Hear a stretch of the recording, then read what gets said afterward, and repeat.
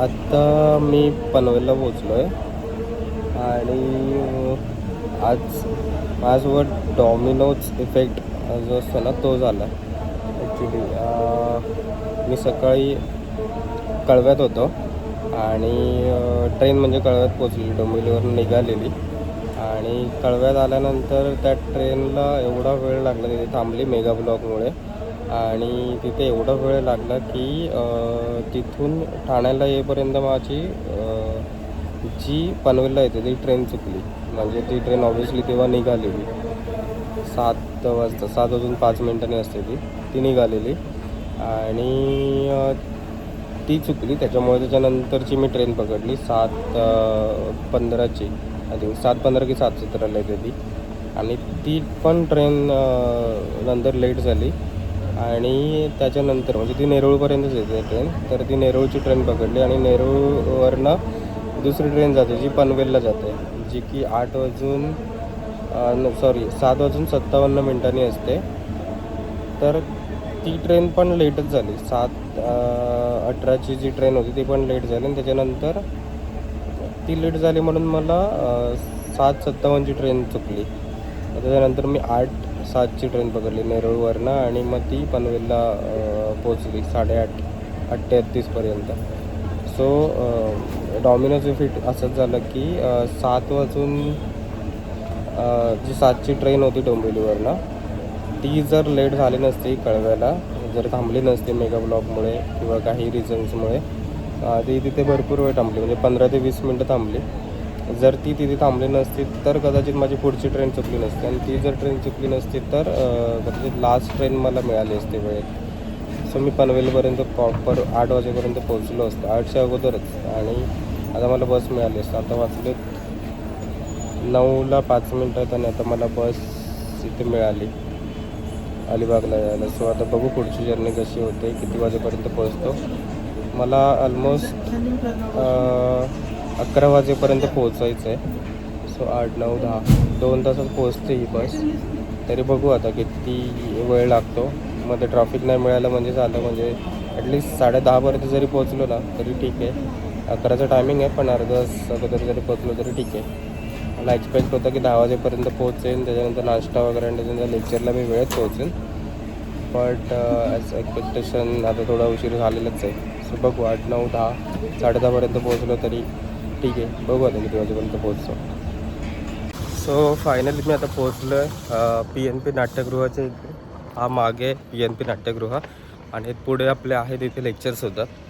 So आता मी just पोहोचलो आहे, नाश्ता वगैरे केला आहे आणि इथे भरपूर धूळ आहे अगोदरच्यापेक्षा. गाड्या चालू आहेत त्याच्यामुळे अजून धूळ म्हणजे वाढतच चालली. सगळं रस्त्याचं काम चालू आहे. सो पोचलो आहे जस्ट, छान आहे इकडे. आता लेक्चरच्या इथे पोचलो आहे. आता बघू लेक्चरमध्ये काय होतं आहे. लेक्चर संपल्यावर मी तुम्हाला पुन्हा कंटिन्यू करेन व्हिडिओ आणि लेट्स सी. सो आता आम्ही आलो आहे, लेक्चर संपलं आहे आणि आता आम्ही आलो आहे बीचवर. बीचचा व्ह्यू दाखवतो तुम्हाला. इकडे आहे अलिबाग बीच आणि आता हा एक किल्ला आणि इथून जायचं आहे. ते लोक तिकडून कुठून चालले, अच्छा असंच जातात, शूज खराब होते तिथे. सो आता इथे पाणी कमी आहे. सो आता आम्ही थोडं पुढे जाण्याचा प्रयत्न करतो आहे. मस्त वाटतं इथे, किल्ला आहे समोर. सो बघू कुठपर्यंत जायचं आहे, काय करायचं. अच्छा, सो आता आम्ही बीचवर आलो आहे, पण बीच जरा लांबच आहे इथून. गाड्या वगैरे चालवतात इकडे लोक आणि पाणी कमी आहे त्याच्यामुळे लोक पुढे चाललेत आणि किल्ल्याच्या जवळपर्यंत जायला आहे वाट. म्हणजे तर आता आम्ही ना आलो आहे अलिबाग बीचला. आमच्याकडे वेळ होता, लेक्चरला आलेलो आम्ही. लेक्चर झाला त्याच्यानंतर आम्ही जेवण वगैरे केलं आणि आता वाजले 3:30 4:30 झालेले बस स्टँडला जायला. त्यानंतर आम्ही विचार केला की ठीक आहे आमच्याकडे वेळ आहे. सो आम्ही थोडं कारण 6 वाजता बस आहे, ती पोचते 7 वाजता बोटला आणि तिथून बोट आहे 7 वाजता. सो एवढा वेळ काय करायचं 4:30 नंतर.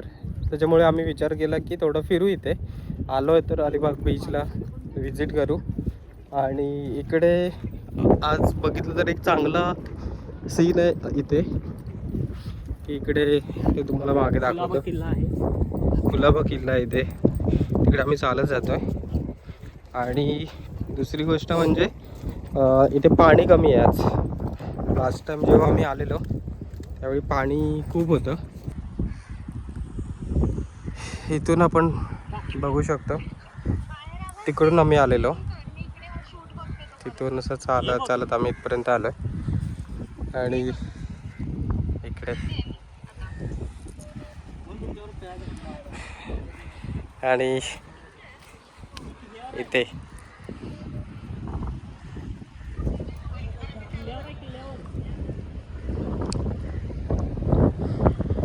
पाणी कमी आहे त्याच्यामुळे छान वाटतं तसं. तर आम्ही इथे फोटो काढतो आणि रिटर्न जाणार आहोत. जास्त काय नाही आहे.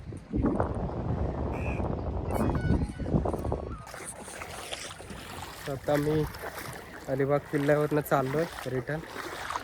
ह्या बोटीजवळ आम्ही आता फोटो काढले. मस्त आहे बोट, मध्येच कोणीतरी लावून ठेवले. तर पाणी वाढायला लागलं आहे आता, थोडंसं जास्त झालं आहे पण ठीक आहे, आम्ही वेळेतच निघतो आहे त्याच्यामुळे काय नाही, एवढा प्रॉब्लेम काही नाही. अजूनही आहे वाट पुढे, म्हणजे खालीच आहे, जाऊ शकतो. सो आता आम्ही आलो इथे लोक बसलेत आणि ते शूट चालू आहे. आमच्या अलिबागच्या ज्या बॅचला आज आम्ही आलो होतो लेक्चरला, त्यांचा शूट चालू आहे इकडे. आणि इकडे आता आम्ही जाऊन आलो, इथून आम्ही इथे आलेलो इकडे. इथून आता इथे बघतो यांचा शूट करतो. इथे आपली टीम आहे अकॅडमीची आणि स्टुडंट्स आहेत. सो बघूया काय चाललं आहे त्यांचं. हां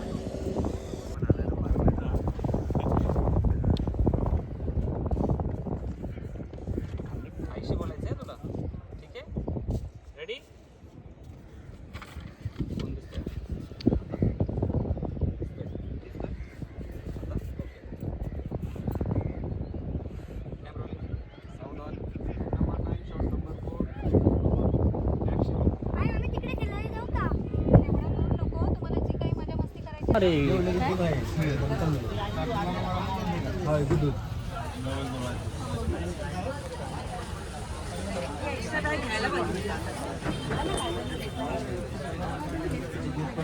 सो आता आम्ही आलोय, कुठे आलो?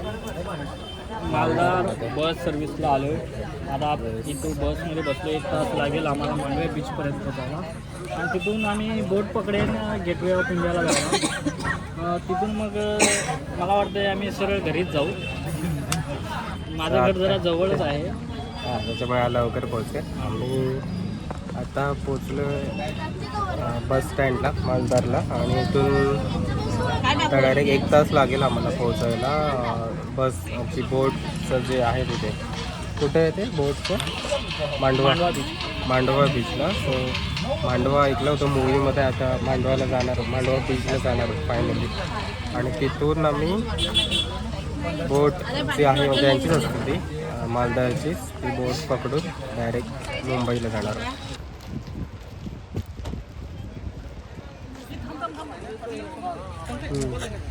आता आम्ही आलो आहे मांडवा पॅरिस पॅसेंजर जेटीच्या इथे. आणि हॉर्न वाजवत आहेत बोटचा. आणि आता मी पोचतो इथे. ही आहे M2M फेरीज. हीच आहे ना स्वप्नील? मग दुसरी आहे? ओके, ही वेगळी आहे M2M फेरीज. आणि हां, हिला खूप वेळ लागतो जायला. तेवढाच लागतो.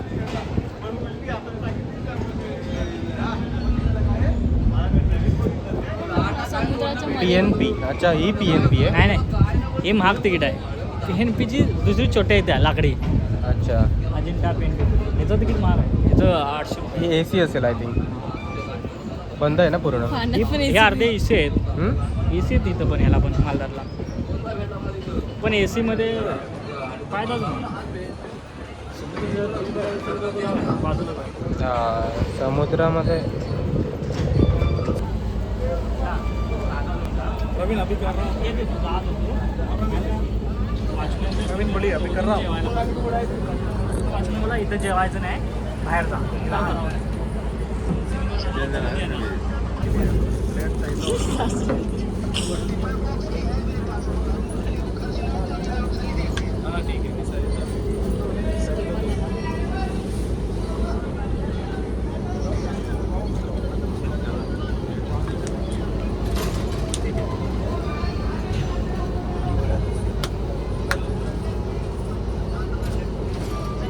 हे बघ त्याच्यामध्ये बघ.